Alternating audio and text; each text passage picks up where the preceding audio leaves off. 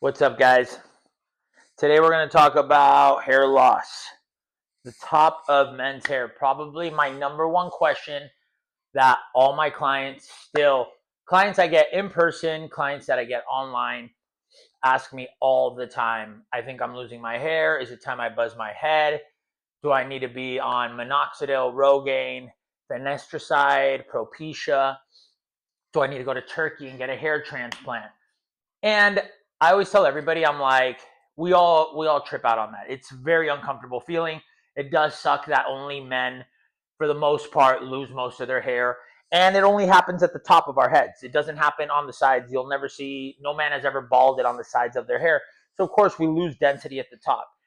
And first off, since I was 17, 18 years old, my dad passed away at 27 when I was like a year old, and he was losing his hair already at 27. So ever since I was in high school, I used to look at my hairline. I'd be like, oh my God, I'm balding. I'm balding. It's going back.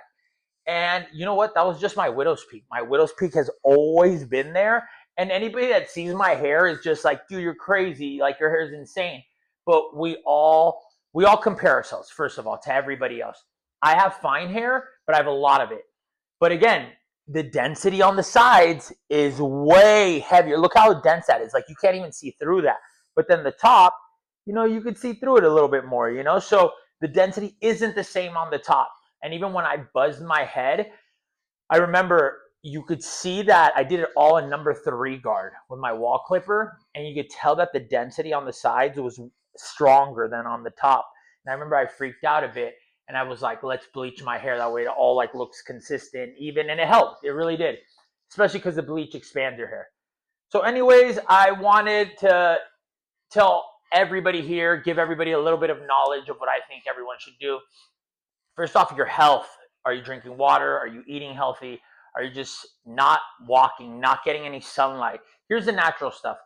If you want to take medicine, like medicine helps, there's also styling products that are like extra body thickening, and they help like 10% also. But blow drying also, there's ways to mask your hair to make it look better. And number one, like don't stress on it. If I look in the mirror every day and I just go, I'm balding, I'm balding, I'm balding, I'm balding, what I guarantee you that in 2 years I'll probably lose a little bit more hair if I'm genuinely thinking about that. Instead, I tell people, like, I'm like, do positive stuff. Be like, stimulate your scalp and tell yourself it's growing, it's coming back thicker and healthier, and that it's never looked better. Like, how people talk to plants. Talk to your hair that way. Be nice to it. And again, also, we shed like a normal person, healthy person, sheds about 50 to 100 hairs a day. That's just the cycle for new hair growth. So when you see stuff in your shower, in the drain, don't trip. Don't start like making it worse than it is. If it's like if genetically it's in your family, like you can't beat that. That's just going to be in there. If you're full on going bald, I do suggest turkey to a lot of guys. I feel like if you're a bald guy, like not like, oh, hey, I can see more scalp than normal. Like if you're balding, yeah, go to Turkey. I think Turkey does an incredible job, but do your research. Don't just go to anybody, like do your research, how you find barbers, how you find tattoo artists, etc. Like find the specialist, find who everyone's gone.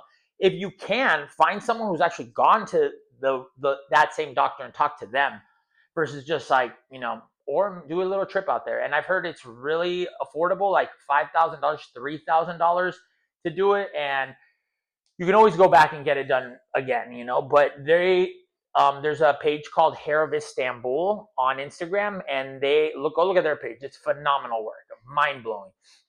But I think if you have a widow's peak, if you have a little bit of like patchiness, I think maybe start, if you're under 40, start with minoxidil and finasteride. And people are like, oh, I don't want to take a pill.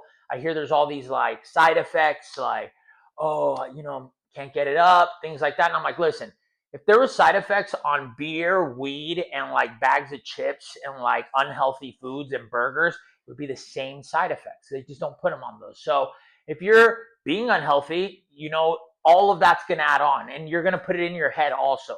But I guarantee you, if you're just eating bad, drinking, you're also going to have trouble getting it up, So do you want hair? Do you want to help it? So minoxidil, Rogaine style, helps create new hairs and fills it in.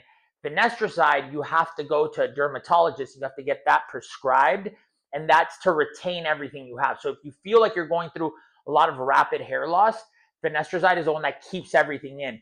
But they say most men, the little research I did says most men stop taking it at around 40 because your body stops rapid producing testosterone.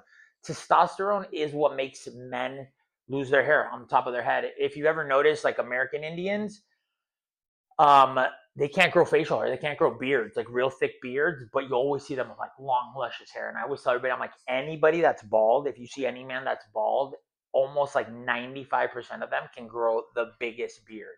So those go hand in hand. A lot of people with like a lot of body hair, a lot of facial hair, that usually pushes hair out of scalp. So, little things like that to look into. I still think normal, natural stuff, don't shampoo your hair every day. I don't care if you're using the most expensive shampoo or the cheapest. It's still chemicals in a bottle, and your shampoo's like 100 years old. We weren't doing any of that before. So also stimulate your scalp. I love these like scalp stimulators, and I shower every day. I shampoo my hair like once a week, but I still love to stimulate my scalp, create blood flow. I'll rinse it with water every day, get most of the product out. But other than that, like, I just give it a nice little rinse. So medicine, healthiness, all those things are going to contribute to like your final take on everything. So yeah, but don't stress on it. Don't stress on it. There are problem solvers. If you really think you're balding, I'd say go to Turkey. If you think your hair is just shedding really quick, I for sure suggest finasteride, minoxidil. Get on that. Don't wait. The quicker, the better, and they'll retain. I know people that aren't even losing it and are on it, and they feel fine. No side effects. Seriously, like, it's like the smallest 5% chance of people that get side effects from it, and you don't. It's any medicine you take, they're going to tell you there's side effects. There aren't. And again, eat healthy, exercise, get sunlight, go spend 10 to 15 minutes. If you work at home, go outside, get some sunlight whenever you can. Stimulate your scalp. Use your fingers if you don't have one of those scalp rubbers. I tell everybody, I'm like, also shock your head in cold water when you're done showering. Just put it on cold and just shock it. Gives you like goosebumps, creates blood flow. You get chills. So all the blood flows through your scalp. So stimulate it. Don't get nervous. I feel like a lot of dudes, when they start like, their hair starts thinning a little bit, they don't want to like touch their hair. They feel like it's like gentle. And I'm like, no, dude. If you stop touching it, it's going to think it's dead, and it's going to shed even more. So constantly stimulate your scalp, create blood flow. You will not lose your hair from that. It's only going to help. And yeah, use less products. Don't use oil-based products. Use some thickening products if you want for performance, for a look. But again, rinse them out. Use water-based stuff. Use good products. Don't use cheap stuff. Okay, guys, I might load this up as a YouTube video because I feel like all this information is like good knowledge for people. Again, I'm not selling you anything. These are just things that I suggest as a professional doing hair for like 14 years and a passionate, obsessed hair nerd probably for 25, 30 years. Been obsessed with hair. Everybody I can help, people in my band, all my friends, I always give them suggestions. So hope this helped you. Share the knowledge and pass on this video if you have somebody that's struggling or has any little battles with it. And feel free to message me, DM me, send me a message. And you have a partner or a friend, tell them to message me and I'll get back to you guys. All right, peace, guys.